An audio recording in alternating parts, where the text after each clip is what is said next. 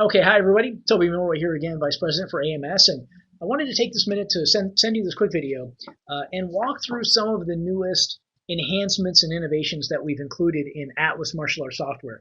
So we have a good list of new feature enhancements, new requests from our members, users who are using the application every day, who would like to see new functionality or ways that they can make their life even easier. So the first thing I'd like to say is thank you so much to all of our current Atlas users, everybody who's participated in our beta programs, everybody who's participated in our launch programs, everybody who's using Atlas martial arts software right now.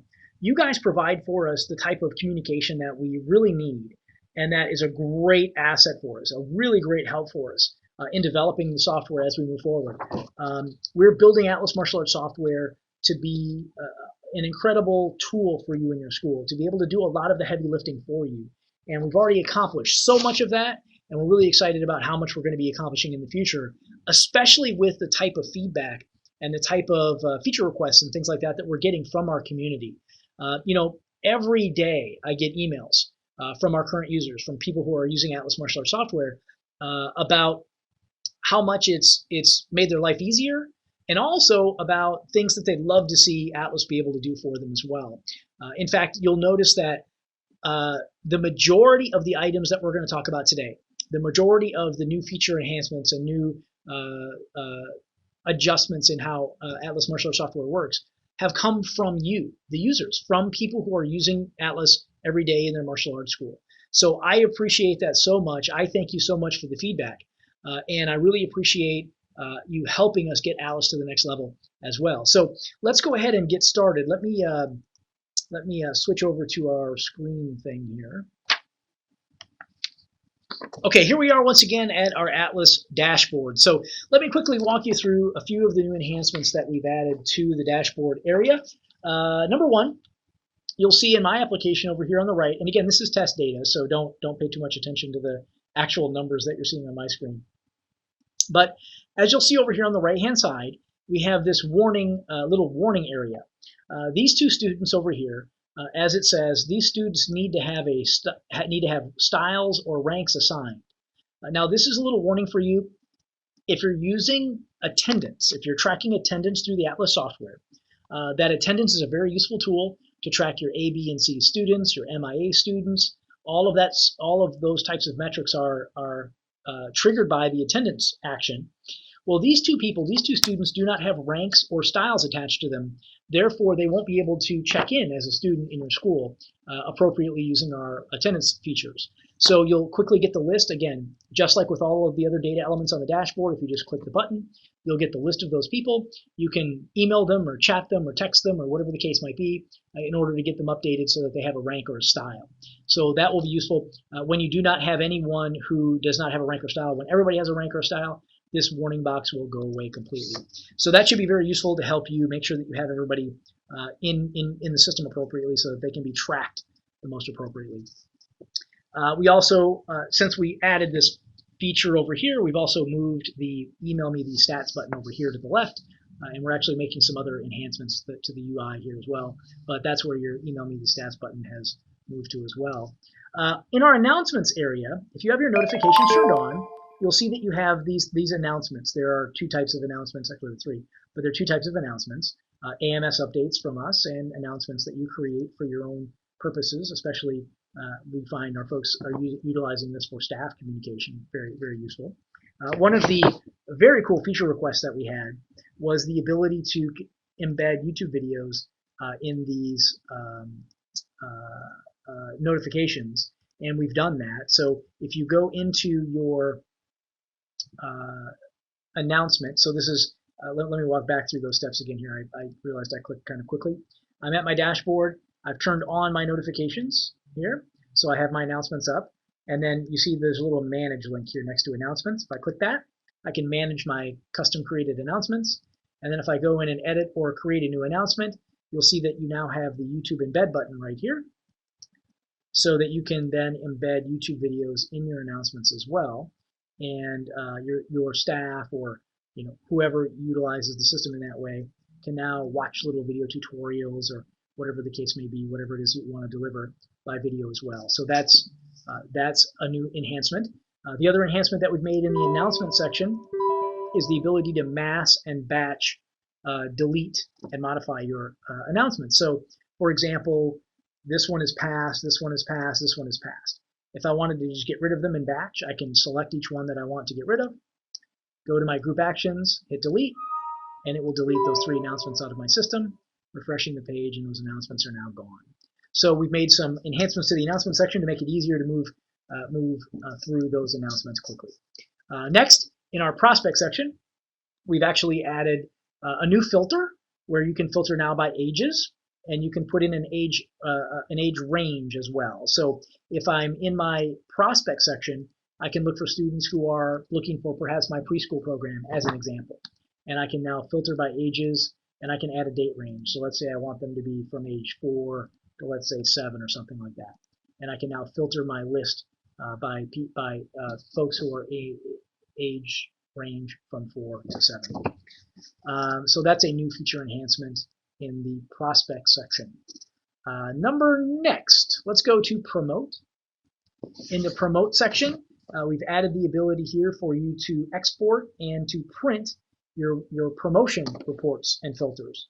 So if you want to, for example, print out a testing list or a just exam list, whatever the case is, you can set your filters as you choose, tick them all or not. If you don't tick them all, it assumes you want everybody. And then you can now print and or export that list just as you can in the student prospect section. So that's a very useful enhancement as well. Let's now also move to the point of sale. So let's go to Pro Shop and point of sale. You'll notice that the all-new Pro Shop has been launched. It launched several weeks ago, so I'm sure many of you have been using it already. You'll see it has an all-new updated user interface. Very simple to use, very easy, very intuitive. But we've now created, many of our members, many of our users wanted to have the POS feel like it was separate from the application, so that if you have staff members, perhaps part-timers or perhaps assistants, people who might do a transaction at the front counter, but who you do not want to have access to the application necessarily, you can filter that out. You can section that off by permissions. So we've added now a more clear home button for you to be able to get back to the application easier. So based on your user permissions, if you have permission to go back to the application, you'll be able to do that easily. If you do not, then you'll be at the point of sale system. So you'll just have access to that. So we've added this ability for you to navigate back to the application quickly if you do have permission to do so. We've also made some enhancements in the point of sale about the taxation calculation. So anytime you add items, let's add a couple of books here while we're at it. Whenever you add items to your point of sale, you have the ability to turn on and off taxes, tax 1 and tax 2, at every level, at the group level, at the complete level, or at the line level, right? So I can go to this Atlas staff t-shirt and I can turn off tax 2 if I want to do that. I just click on the price. Here's my tax 1, here's my tax 2. I can turn that off if I so choose. I can turn on tax 2 if I so choose. Whatever it is that you want. So you can do that in an infinite number of permutations. So we've eliminated any constraint on that. You can turn on or turn off taxes as you see fit. And then finally, in our point of sale system, actually back in our Pro Shop, we have an inventory control system. I'm sure that you've seen, where in our items section, this tracks how many items you have on hand, right? This is sort of like an inventory control process. Many schools do not use inventory control system, but many do. So we wanted to give you that tool. So in our inventory control system, you now have the ability to check in partial purchase orders from your vendors. So for example, let's say that I wanted to create a purchase order, and I created a purchase order. I'm ordering from, let's say, Vision, and I'm ordering, I don't know, 7 of those and 9 of these and 5 of these, right? So I save that purchase order. That purchase order goes into my history, right? And I get a little print off here if I want to send it off to the vendor. Very handy. So now my purchase order is up here. Now, if, for example, perhaps the vendor has some of those orders come in, and perhaps a couple of them don't. Maybe I ordered some bow staffs or something like that, and one style of the bow staff was on back order, or for some reason shipped separately, or whatever the case is. So what I can do in that case is I can go into my purchase order, and I can check in a partial purchase order. So if you look at the bottom of my purchase order, you'll see that I can now mark a given number as received. So let's say these demo team hairband, not sure what that is, but the demo team hairband, I've only received 5 of them and not 7 of them. I can mark in that I've received 5. The demo team uniform, maybe I received all of those, but the traditional white 000 uniform, I've only received 2, right? So now I can update that, hit save, and I've now saved that partial piece of inventory into inventory, but not the ones who haven't arrived. So this ability to check in partial purchase orders is now integrated as well, so that you'll have that flexibility in your application should you receive a non-complete purchase order from your vendor, which does happen occasionally with pretty much any vendor. Okay, in the report section, we have 3 enhancements that you probably don't have to see, but that you might need to know about. There have been some enhancements to the MISU reports. In some cases, in the prior release, some students would show up in your MISU report, but because they haven't been to class, which is completely appropriate, but in some cases you would see them even if their program hadn't started yet. So we've now constrained the MISU report to only programs that have actually started, not programs that perhaps are predated into the future. Let's see. We also have in our attendance reports, we also have attendance based on that we can now filter by date. So these attendances will now be filtered by date, and you'll also have the ability to group them as well if you so choose. So you can set your start date and your end date. It will now return the attendances filtered by sorted by date, so that you can look at them backwards by date. And also we have when looking at the attendance by agreement, we're now sorting that data for you. Let me just do one here real quick for you. And of course, I don't have any results in my test data here. Let me do it better instead. Yeah. So here are my attendance by agreement report, and we're now sorting this for you by name. In previous iterations, it was sorted by the date. Now we're sorting this for you by the name, so that you can more easily go find students by their attendance, by their agreement. That's good enough for the report section. Okay, in our billing section, we also now have a new ability for you to, when you're adding a pay at school from your decline module, which of course I don't have any declines in here, so that won't help you much to look at. When you do have declines, if you're marking a paid at school, we're now pre-filling all of that information for you in the e-request. So we're just making it one step simpler, so you don't have to even type in the numbers. You can just click paid at school. It'll automatically generate the e-request to send over to AMS to notify them that you've had a payment at the school, and it's automatically pre-populating the amount and the date for you. You can certainly change that all you like, but it will automatically be pre-populated into your e-request for you. So again, it's just saving you clicks and saving you keystrokes. Finally, in our marketing automation section, and again, I would really personally like to thank everybody who's been so helpful and so thoughtful about using our marketing automation tool. This is really a big deal. Building these automated sequences for prospects, for new students, for students that achieve a certain rank, for lost students, new appointments. These are very important pieces of automation for us to leverage for our industry. And I've really appreciated all of the ideas and suggestions that we've had for the marketing automation campaigns and sequences. We have a lot of development in this area to come. I'm really excited about it. It's something you're really going to love more and more as time goes on. But let me show you three new enhancements. Number one, you'll see now if you open a marketing automation sequence, you now see at the top of the sequence the type of campaign, meaning this is for a new prospect. It could also say new student or new appointment or whatever the case is. And you're also seeing all the criteria of that program. So, all the criteria of that campaign. So for example, this is a new prospect campaign, but it's attached to the Taekwondo program for the kids that are the kids program attached to the Taekwondo style, right? So you can now look back at each sequence and know exactly which sequence is for. Very useful. Lots of our folks who had been using the marketing automation noticed that it was difficult for them to figure that out after they created the sequence based on how they named it. So we're now helping you out with that. You don't have to be as diligent with your naming convention. You can now just click on the campaign and look at the criterion here.